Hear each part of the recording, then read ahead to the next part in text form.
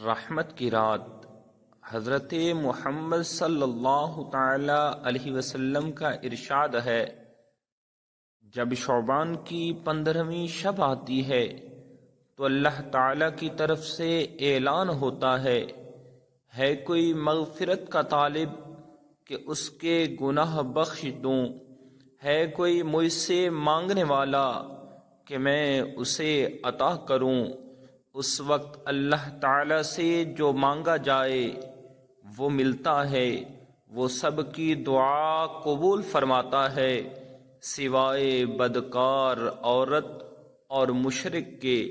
حضرت علی کرم اللہ تعالی وجہ الکریم سے روایت ہے کہ محمد صلی اللہ تعالی علیہ وسلم نے فرمایا، جب شعبان کی 15ویں شب ہو تو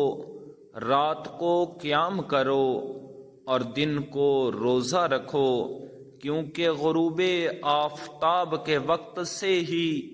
اللہ تعالی کی رحمت آسمان دنیا پر نازل ہو جاتی ہے، اور اللہ تعالی ارشاد فرماتا ہے کوئی مغفرت کا طلب کرنے والا کہ میں اسے بخش دوں، ہے کوئی رزق مانگنے والا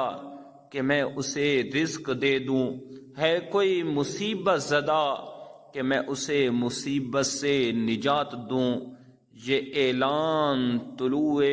فجر تک ہوتا رہتا ہے۔ اللہ تعالی ہماری دعائیں